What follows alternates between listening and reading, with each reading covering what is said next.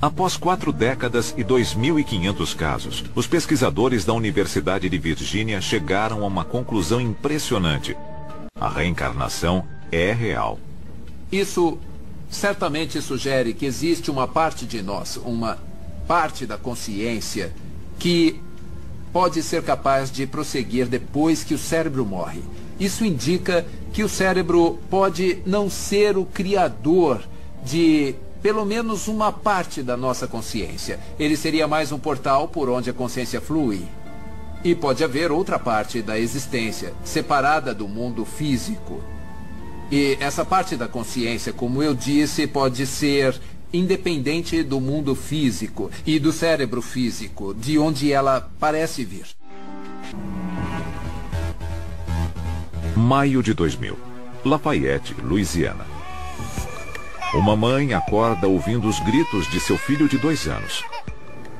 Ele estava deitado de costas e estava chutando com os pés para cima e batendo os punhos no ar, chutando, chutando e gritando com todo o ar dos pulmões. Andrea Leininger não consegue acalmar seu bebê James. Depois de algum tempo, ele volta a dormir. Ela acha que o pesadelo acabou. Mas, na verdade, é só o começo. Depois, na noite seguinte, aconteceu de novo. Foi a mesma coisa, com o mesmo movimento de chute. E quanto mais ele fazia, mais bizarro ficava, porque era uma coisa muito específica e muito repetitiva. Isso marcou o início de um dos casos mais bem documentados de uma possível reencarnação da história. Atualmente, James Leininger tem 12 anos.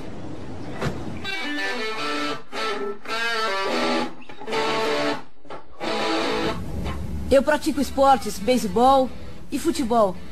Eu vou para uma escola episcopal e tenho vários amigos lá. As outras crianças, quando eram mais novas, falavam: eu quero ser bombeiro, eu quero ser astronauta. Eu sempre falei: quero ser piloto de caça, quero ser um fuzileiro naval. Recebeu as fotos da escola? É. Elas ficaram boas. Quando James tinha 3 anos, seus pais começaram a ouvir histórias chocantes contadas por ele. James estava se recordando de coisas que o conectavam a um piloto da Marinha que morreu em 1945. Eles ficaram céticos. Bruce é gerente de recursos humanos na indústria petrolífera. Andrea é ex-bailarina e atua como professora. Como cristãos, eles nunca acreditaram em reencarnação, mas começaram a montar um quebra-cabeça incrível. A primeira pista veio com os pesadelos horríveis e incessantes que James passou a ter com 2 anos de idade. Ele falava: acidente de avião, fogo, o homem não consegue sair. Acidente de avião, fogo, o homem não consegue sair. Aí eu pensei: ai meu Deus, ele sonhava com isso o tempo todo. Para mim, o que ele estava falando não fazia sentido com o que ele estava fazendo. Ele ficava se debatendo na cama e eu lembro de uma coisa bem específica que pensei na hora: isso parece o Exorcista. Ele estava descontrolado e eu me perguntava: ele está possuído? O que está acontecendo? Em 1 ano, as visões que se apresentavam a James em seus pesadelos começaram a se formar. Ele estava acordado. Eu estava lendo para James.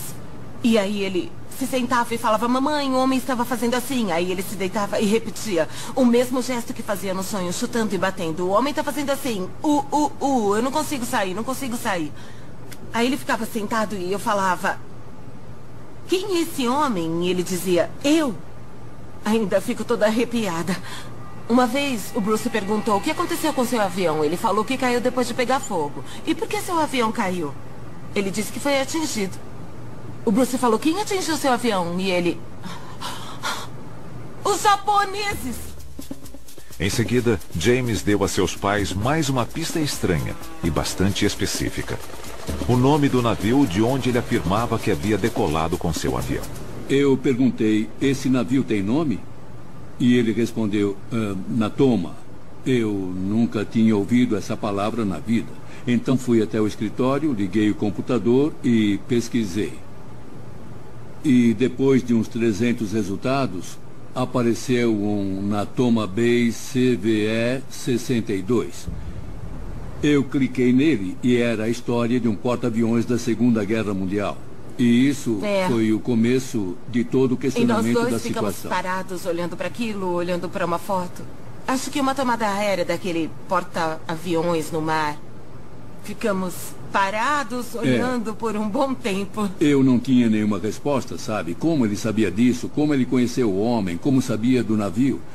E o que isso significava. Foi aí que pensei, vou descobrir o que está acontecendo. Eu não sei como vou fazer isso, não sei o que vou descobrir, mas não vou parar de pesquisar até conseguir o máximo de respostas possível. Foi o suficiente para que Bruce fizesse uma investigação que começou com muita pesquisa. Nos 2 anos seguintes, ele descobriu a história do homem do Natoma Bay, inclusive sua morte. E James continuava dando pistas adicionais atormentadoras e sinistras. Eu continuava perguntando, lembra do seu nome, lembra como se chamava? E ele sempre falava James. E eu pensava, ele tem 2 anos, está confuso e acha que eu estou perguntando o nome dele. Depois, James começou a desenhar. Acho que foi uma das minhas missões. Uma missão, você lembra dela? Lembro. Eu gosto muito desse. Ele repetia os mesmos desenhos. Como um filme, comprimido em apenas um frame. Uma batalha aérea. Artilharia. Um avião em chamas. E sua assinatura, James 3. Um dia eu estava na cozinha lavando a louça, o James tinha tomado café da manhã e estava brincando com um avião. E ele falou, mamãe, antes de eu nascer eu era piloto, meu avião levou um tiro no motor, caiu na água e foi assim que eu morri. Eu fiquei paralisada. Foi uma coisa tão bizarra para ele falar. Mas aquilo era verdade. Ele não fez drama nenhum, não demonstrou nenhuma emoção. Aos 3 anos, James começou a fingir ser piloto, com uma atenção aos detalhes que impressionou seu pai. Um dia, ele arrastou um assento de carro até um armário do meu escritório e montou uma cabine lá dentro. Ele tinha um console de brinquedo e transformou aquilo num painel. Bom, ele ia de um lado para o outro. De repente, ele abriu a porta com força e se jogou de dentro do armário. Eu perguntei o que aconteceu, seu avião caiu? E ele falou, não, meu avião foi atingido e tive que pular. A descoberta seguinte ocorreu quando Bruce foi convidado para um reencontro entre veteranos do porta-aviões Natoma Bay. Ele perguntou o nome de homens mortos em ação, e isso o levou a resolver o mistério de James 3. Ele me ligou e falou, você não vai acreditar, só tem um homem do Natoma Bay que foi morto na batalha de Iwo Jima. O nome dele era James M. Houston Jr. Eu falei, peraí, então o James 3 é o James III. Eu fiquei muito empolgada, eu pensava, é ele. James M. Houston Jr. O nome dele é James, pode ser James III. James Houston Jr., piloto da Marinha na Segunda Guerra Mundial. Com 21 anos de idade, no dia 3 de março de 1945, seu avião foi atingido sobre Chichijima. Agora, os pais céticos haviam encontrado evidências de que seu filho realmente havia reencarnado. James Leininger, um garoto da Louisiana, passou a infância contando lembranças de quando foi piloto da Marinha durante a Segunda Guerra Mundial. Memórias de uma vida passada que seus pais não poderiam mais ignorar. Dos 2 aos 6 anos de idade, James continuou fornecendo provas de uma incrível possibilidade de ele ser James Houston reencarnado. Esse avião, o Wildcat, é o avião em que James Houston caiu. E ele foi o piloto de teste do Corsair. Ele testava esse modelo decolando de um porta-aviões. O F-18 é o avião que eu quero pilotar quando crescer. Desde os 2 anos, James mostrava uma fascinação incomum por shows de aviões militares e uma estranha familiaridade com aeronaves vintage. Com muita cautela, seus pais fizeram contato com a única parente viva de James Houston, sua irmã, Annie. A princípio, ela não sabia o que pensar sobre o menino que afirmava ser seu irmão reencarnado. Até que James perguntou sobre um quadro que somente uma pessoa, além dela, sabia existir. Ela escreveu para mim em 16 de janeiro de 2006. Querido James, eu espero que esse seja o quadro que você mencionou. É a única imagem minha pintada pela minha mãe. Eu sinto muito por ter demorado tanto para enviá-lo para você. As últimas semanas têm sido muito agitadas. Espero que você goste. Com amor, Annie. James acreditava e ainda acredita que a alma do piloto morto perguntou pelo quadro. Eu perguntei para ela sobre um quadro que a minha mãe passada tinha feito para ela e para mim. Ficou no sótão dela por uns 50 anos. Meus pais e ela acharam uma loucura que eu soubesse uma coisa dessas. Annie também passou a acreditar. E havia outras conexões ainda mais assustadoras. James tinha 3 G.I. Joes, que chamava de Billy, Walter e Leon. Nomes que seus pais consideravam estranhos para uma criança escolher. O Bruce perguntou, ô James, como é o nome do seu G.I. Joe? E ele respondeu falando, Walter. E a gente falou, Walter? O Bruce perguntou, por que batizou seus bonecos de Billy, Walter e Leon? E ele, porque me encontrei com eles quando fui pro céu. Foi um daqueles momentos em que a gente sente o rosto quente. Demos uns passos para trás, ele correu pro escritório, eu fui atrás, fechamos a porta e ele começou a mexer nos papéis assim. E eu falei, o que você tá procurando, o que você tá procurando? Ele encontrou um documento. Olhou e falou, Billy Piller, Walter Devlin e Leon Connor estavam no mesmo esquadrão do James Houston. Eu perguntei, quando morreram? Morreram antes? E ele jogou uns papéis, puxou outra folha, viu as datas das mortes e todos tinham morrido antes do James Houston. Todos voaram com ele. Apesar de o pai de James continuar cético de que a reencarnação fosse realmente possível, o que aconteceu em seguida foi sinistro. A gente estava limpando o jardim. Ele estava brincando nas folhas e eu falei, eu te amo muito. Ele respondeu, eu sabia que você ia ser um bom pai quando te escolhi. Eu falei, o quê? E ele, quando achei você e a mamãe, sabia que iam ser bons pais. Eu senti minha cabeça encolhendo até ficar bem pequena, sem cérebro. Perguntei, como assim quando nos encontrou? Ele falou, eu achei você e a mamãe. Achei vocês dois no Havaí. James contou a seu pai que viu os dois em um hotel cor-de-rosa. Foi onde os Leiningers estavam hospedados quando decidiram ter James. Bruce e Andrea foram cautelosos quanto a pedir ajuda de médicos e psiquiatras. Eles decidiram encontrar uma solução própria para a aprovação de James. A solução foi ir até o Japão, até o enorme mar onde o piloto James Houston Jr. morreu. Thou who art the pilot of the souls of men. O barco estava bem em cima do ponto onde os destroços do avião foram achados. O Bruce fez uma homenagem bem bonita e eu achei que aquele era o momento perfeito para eu falar. Bom, eu estava lá com o James e aí eu disse, o James Houston faz parte da sua vida praticamente desde que você nasceu e ele sempre vai ser uma parte importante de quem você é.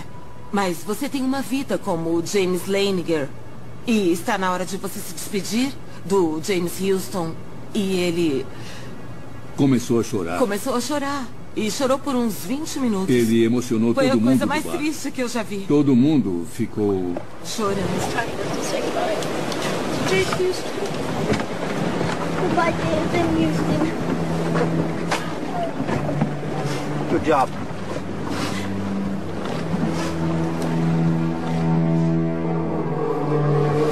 I salute you. Good boy. You are so brave. You're such a brave soul.